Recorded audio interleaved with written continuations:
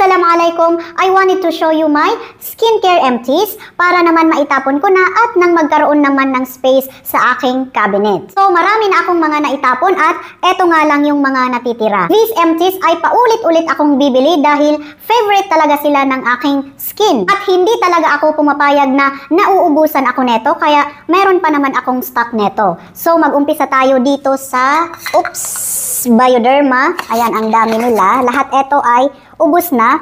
Ito yung Bioderma Atoderm SOS Spray. So, ito lahat ito ubos na nga. At meron akong stock neto.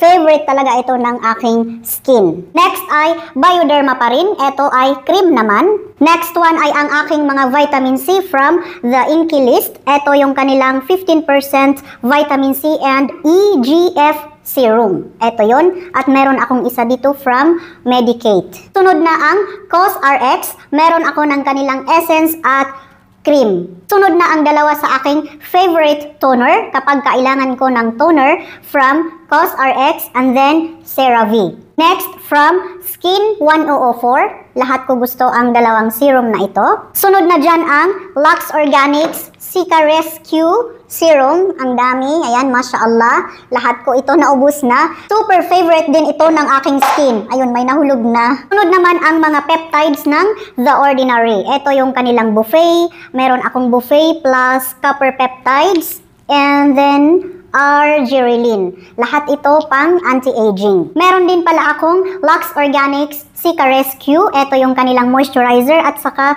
yung isa pang Miracle Repair nila na merong niacinamide 4%. At naitapon ko na yung ibang nagamit ko dito kasi nga hindi na magkasya sa aking cabinet. Next one ay from The Ordinary. Ito yung kanilang mga facial oils. Yes, gumagamit din po ako ng mga facial oils. Ito yung 100% organic cold-pressed rose hip oil, rose hip seed oil. And then, ito yung kanilang Moroccan argan oil. Ito naman yung rose hip seed oil din. At ang dami ko na rin nagamit neto, naitapon ko nga lang yung iba. Pati yung mga empty bottles ko ng kanilang vitamin C serum ay naitapon ko na. Kaya hindi ko maipapakita sa inyo. Sunod ay galing pa rin sa The Ordinary. Ito yung kanilang marine hyaluronic acid at saka ito yung kanilang soothing and barrier support serum. Last one ay ang ginagamit ko sa aking lips which is from Labello. So ang dami ko na rin naitapon neto. Ito nga lang yung naiwan sa aking cabinet. So kayo po, ano ang mga skincare empties ninyo?